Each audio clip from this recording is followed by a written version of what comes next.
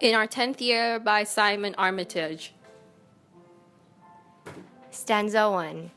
This book, this page, this terrible laid to rest. Between these sheets, these leaves, if pressed, still bleeds, a watercolor of the way we were. The poem starts abruptly and introduces the rule of three, comparing their relationship affectionately to these items: the book, the page, and the hairbell.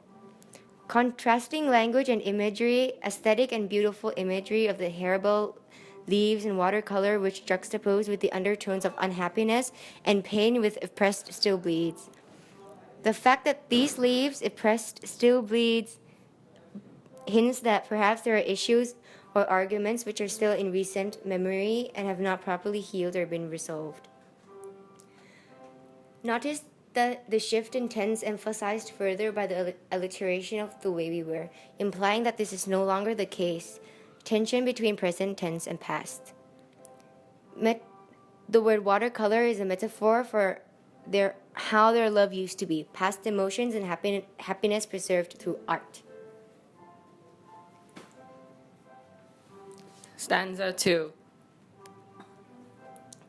Those years, the fuss of such and such a day, that disagreement and its final word, your inventory of names and dates and times, my infantries of tall, dark, handsome lies.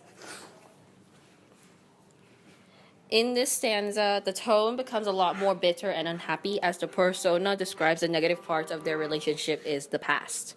The key points in this stanza would be that the persona reflects on the negative parts of their relationship. The language that is used becomes more dark and emotionless, and the mood becomes a lot more bitter. This stanza also goes back into the past tense signified by those years. The word fuss suggests that the language becomes a lot more dark and unattractive with the words. Also with the words disagreement and final. Such and such a day implies that he or she cannot remember the specifics of the argument through the words such and such. They can only recall their partner being upset. The word fuss demonstrating that the persona didn't think it was necessary to make a deal out of it. Inventory. Notice too the lack of passion and the romance in the stanza. Instead, the mechanic words like inventory are used to describe the partner's personalities. Infantries of tall, dark, handsome lies. The fact that he uses military language infantries and describes something unattractive, like lies, in a stereotypically attractive way, tall, dark, and handsome, implies potentially that there were lots of them and leaves undertones of adultery. There are also specific references to lies and the deceit on the last line as they describe infantries of tall, dark, handsome lies. Personification is used here, creating further emphasis. Third stanza. A decade on, now we astound ourselves, still two, still twinned, but doubled now with love, and for a single night apart, alone. How sure we are, each of the other half. In the first line, the mood in this stanza becomes a lot more positive as the persona moves back to present. The word astound shows that the couple seems surprised that they are still together. Language in this stanza is far more aesthetic, warm, and affectionate. Recurring images of coupling suggest that they are not happy together, emphasized further by repetition of still. These images are juxtaposed with the isolated, lonely images of a single night apart, alone. In the final line, there is a sense of certainty that they are in a happy relationship. The phrase each of the other half implies that the persona and their partner feel incomplete now without their other half, that their lover is now part of them. Fourth stanza. This hairball holds its own. Let's give it now in air, with light, the chance to fade, to fold. Here, take it from my hand. Now let it go. Some of the key points in this poem, in this last stanza, is that the metaphor of the flower represents the relationship, united and confident ending, sense that they will work together to improve the relationship forward on. Hairbell holds. This phrase suggests that they look forward into the future, and the recurring image of the hairbell flower, which symbolizes their relationship, is going to stay strong. Emphasized, and it is emphasized further by the heavy alliteration. Let's with an apostrophe, which it implies that they will do this together. To fade, to fold.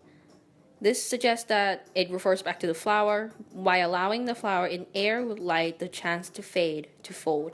The persona is metaphorically saying to their partner that, like the flower which fades and folds, but it doesn't die, they have to allow their relationship to be natural.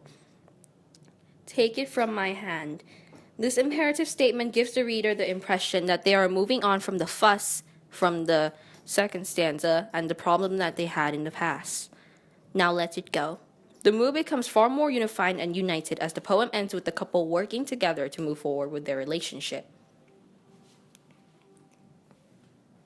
This poem has no rhyme scheme. It is a free verse.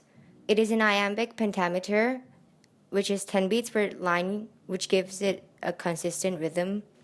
It has a irregular structure, and lack of rhyme scheme makes the poem feel slightly awkward and unconventional, embodying the feelings expressed in the poem. The structure of the poem is an sonnet structure 14 lines long, which is usually specifically for loved poems. 4 stanza, which represents the passing of time. The first stanza is talking about the present. The second stanza is the past. Third stanza is the present, and the fourth stanza is referring to the future. There's a syllabic structure which starts and ends with the description of a harebell flower. In lines talking about the past, such as your inventory of names and dates and times, my inventory is of tall, dark, handsome lies. The couples are separated physically, emotionally, and structurally. In the present, they are united both in their feelings and the layout of the text, such as this harebell holds its own. Let's give it now in air with light, the chance to fade, to fold. Here, take it from my hand. Now let it go. And it also moves suddenly and frequently between the past and the present.